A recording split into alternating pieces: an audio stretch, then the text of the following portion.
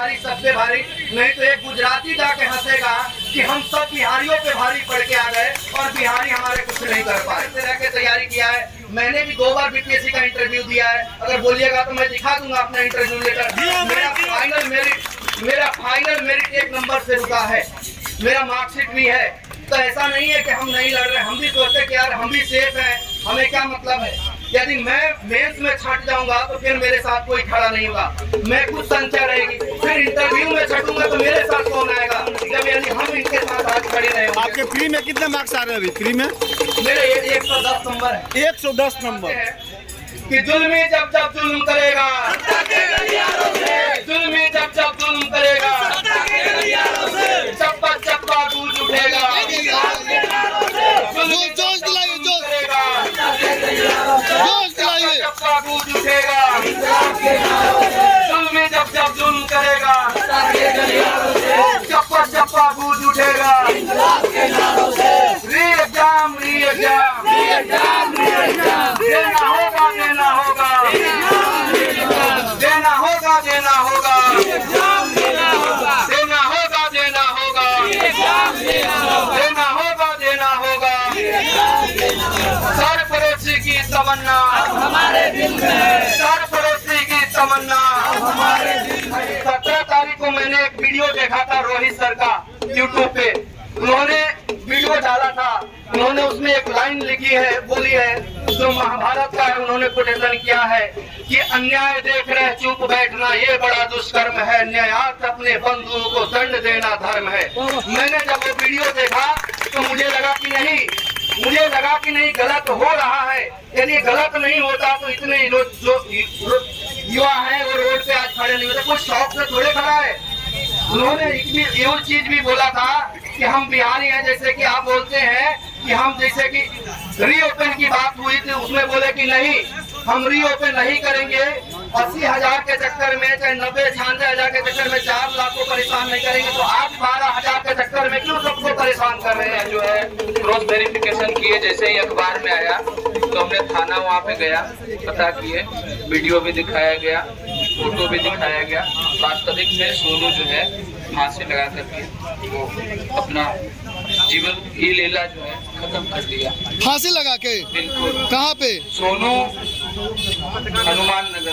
सोनू जो है वो यहाँ पे भी सत्याग्रह आंदोलन में भी जो है यहाँ पे आया था।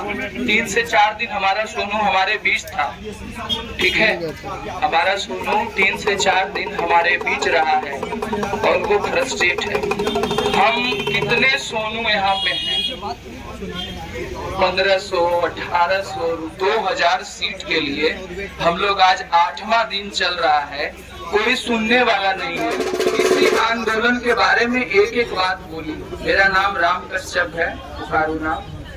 6-7 बच्चे हम लोग गांधी मैदान में मिले थे, हम लोग तो कोई नेता नहीं। सोनू कुमार ने आत्महत्या क्यों किया था? सोनू कुमार ने आत्महत्या क्यों किया, आप देख रहे हैं, पूरा चश्मदीद गवाह। आत्महत्या नहीं है, वो हत्या है, वो हत्या है, डेलिब्रेटिव मिस्टेक है, मारा गया है सोनू कुमार को। कैसे हत्या करते हैं, किसी की चोरी तो नहीं की जो उसका हत्या हो गया चोरी करते हुए। मीडिया आप लोग चुप रहिए थोड़ा सा। एक ये है कि हम लोग यहाँ पे सब छात्र हैं, है ना, कोई नेता नहीं है, तो हम लोग से बहुत सारी गलतियाँ हो सकती है, उसको अपना भाई समझ के माफ कीजिए। लिटरली हमसे प्रूफ मांग रहे हो, हम एडमिट कार्ड और आधार कार्ड का फोटो कॉपी और पेन यही सब ले जाने में तो बड़ा ही रहते हैं। हम मोबाइल लेके गए कहीं किसी सेंटर पे जो तुमको हम प्रूफ दें, कौन सा प्रूफ दें हम तुमको? मूर्ख बना रहे हो बैठ के हम लोग को, कौन सा प्रूफ दे? इतना बड़ा प्रूफ आपके सामने घट रहा है, उसके बाद प्रूफ चाहिए तुमको।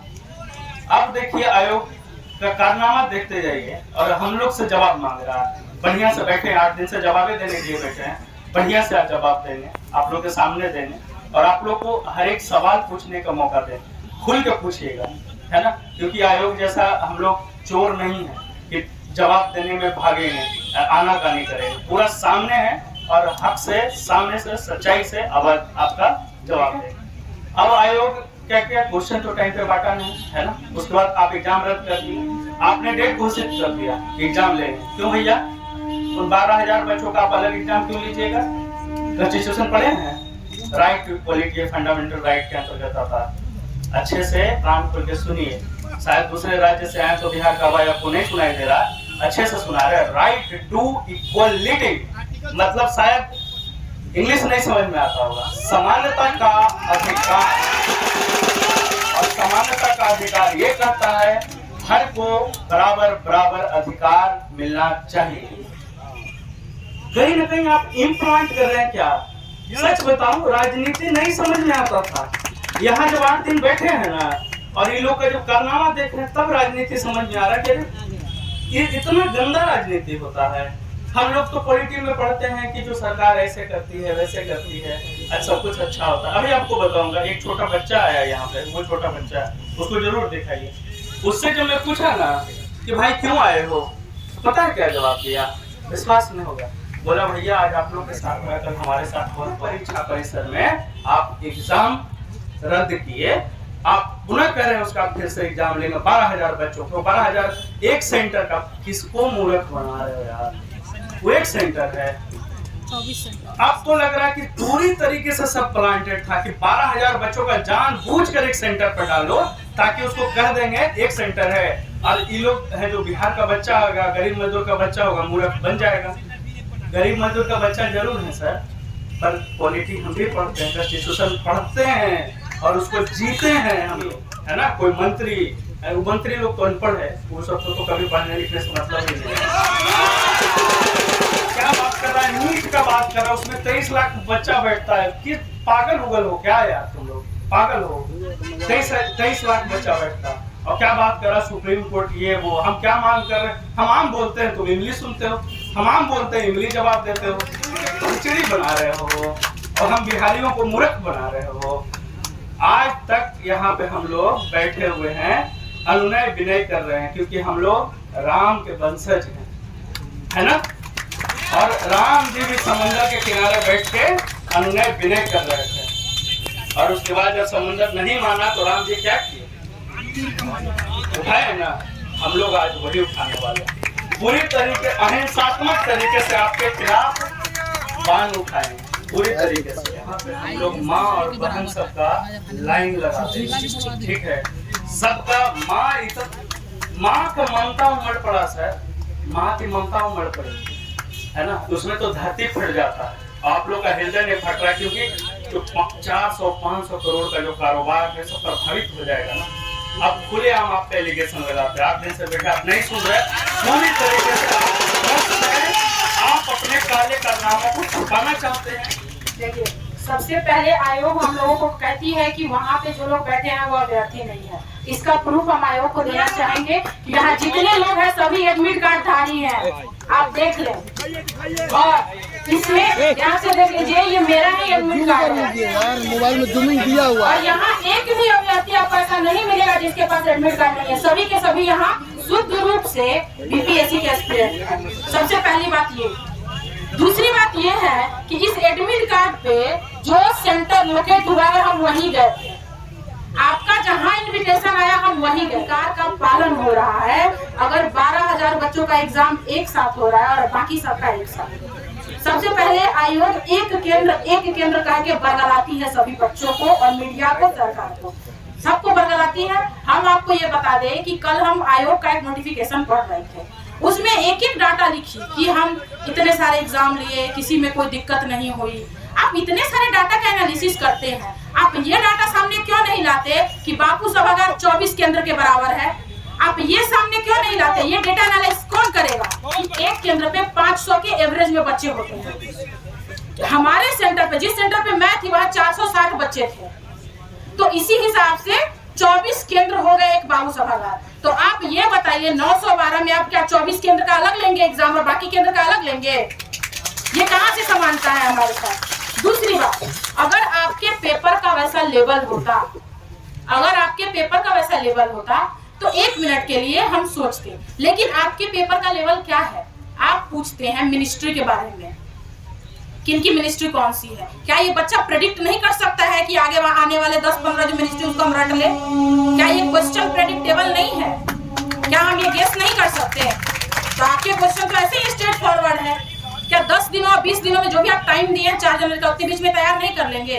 और यदि आप ये कहते हैं कि हम प्रश्न उससे अस्तर वाला बनाएंगे, उससे हम टफ बनाएंगे, तो क्या वो 12,000 बच्चों के साथ नाइंसाफी नहीं है जो सेम एग्जाम के लिए टफ पेपर देंगे? और अगर आप उसी स्तर का प्रश्न रखेंगे तो 4 लाख बच्चों के साथ नाइंसाफी नहीं है ये? बताइए आप कैसे बराबर करेंगे? क्योंकि आपने अपने पीसी में यह क्लियर कर दिया है कि आप नॉर्मलाइजेशन नहीं करेंगे। तो हमें ये बताइए कि आप कैसे बराबर करेंगे इन दोनों बच्चों को? अगर एक सेंटर की बात होती 500 बच्चों की, हम लोग मान लेते कि चलिए कोई नहीं 500 बच्चों की बात है, लेकिन आप एक सेंटर कह के उसके आड़ में 24 सेंटर का एग्जाम फिर से लेने जा रहे हैं। इस बात को सामने क्यों नहीं रखते? अगली बात सबूत, वो हमसे सबूत मांगते हैं बार बार। जैसे हमारे सत्याग्रही भाई हैं, बहुत अच्छे से इसको क्लैरिफाई किए हैं कि सबूत हम कहां से लाएंगे। हम एलिगेशन आप पे लगाते हैं, आप सामने लाइए। सीसीटीवी कैमरा सामने लाने में आपको क्या दिक्कत है, क्या तकलीफ है आपको? मैं अपने सेंटर का नाम बताती हूँ, वहाँ पे जैमर काम नहीं कर रहा था सर, क्योंकि 2 इन्विजिलेटर जो हमारे साथ घूम रहे थे वो न्यूज पेपर पढ़ रहे थे ऑनलाइन। उस टाइम पे वो ऑनलाइन न्यूज देख रहे थे, करंट न्यूज देख रहे थे। इसका मतलब है कि वहाँ जैमर नहीं चल रहा था, फिर भी हम उसको नेग्लेक्ट करके अपना एग्जाम दे रहे थे। क्या बताइए, हम वहाँ सबूत इकट्ठा करें, हम उनका नाम लिख के रखें, क्या करें? हम एलिगेशन लगाते हैं, आप उसका रिप्लाई दीजिए। बरगलाने से कुछ नहीं होगा। सभी लोग यहाँ समझ रहे हैं कि आप किस चीज को दबाने की कोशिश कर रहे हैं, किस चीज को छुपाने की कोशिश कर रहे हैं। तो कृपया आज के बाद बापू सभागार को आप एक केंद्र नहीं कहें। इतने डेटा का आप एनालिसिस करते हैं, इस बात को आप सामने रखिए। अपने जो नोटिफिकेशन निकालते हैं, इस बात को सामने रखिए कि वो 24 केंद्र के बराबर। और सिर्फ बात अब यही तक नहीं रह गई है। और हमारे सोनू भैया जो आत्महत्या कर ली है, अब इंसाफ उनको भी मिलना चाहिए। और वो भी जिस चीज के आत्महत्या की है, वो बस एक ही बात है, री एग्जाम के लिए। क्योंकि अगर री एग्जाम नहीं मिल पाता है तो कहीं ना कहीं उनको भी इंसाफ नहीं हो पाएगा। इसीलिए एक ही नारा, एक ही मांग, री एग्जाम, री एग्जाम। हम अपना अधिकार मांगते नहीं, किसी से भीख मांगते। इसीलिए हम लोग को री एग्जाम अब किसी भी हालत में लेना है और लेके रहेंगे री एग्जाम। क्योंकि अगर जैसा सही चलता है और हम लोग को री एग्जाम आज नहीं मिलता है तो भविष्य में ऐसा सिक्योर हो जाइए, ये चीजें हमेशा के लिए लगी रहेगी। इसीलिए इस चीजों को खत्म करना है और हमको किसी भी हाल में री एग्जाम लेके रहना है। उनका सेंटर मुजफ्फरपुर था, सोनू कुमार जी का। और हम लोग कितने सोनू कुमार यहाँ पे घूम रहे हैं, कोई कह नहीं सकता है कैसे कैसे घुमाया है।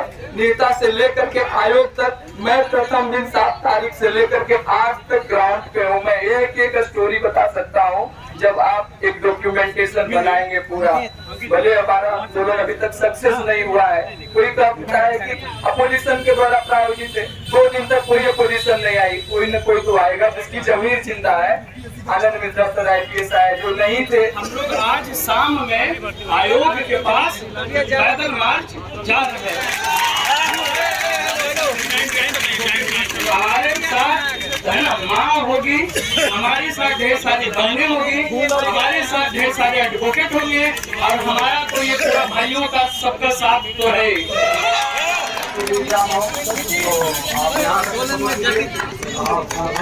वीडियो को आप लोग शेयर कीजिए, शर्म नहीं आता है आप लोग ज्यादा से ज्यादा शेयर कीजिए। आप लोगों को शर्म आना चाहिए, हम लोग दिन रात आप लोगों के लिए मेहनत कर रहे हैं। अभी भी नहीं खोद रहा है भाई, देख लो ताकत देखा हम लोग थोड़ी देर में ही निकलेंगे। ताकत लगाओ अपना सारा, कोई कुछ नहीं करेगा यार। आ जाओ सब, देख रहे हो ताकत देखो। जब ये आ सकते हो तो तुम भी आ सकते हो। लेके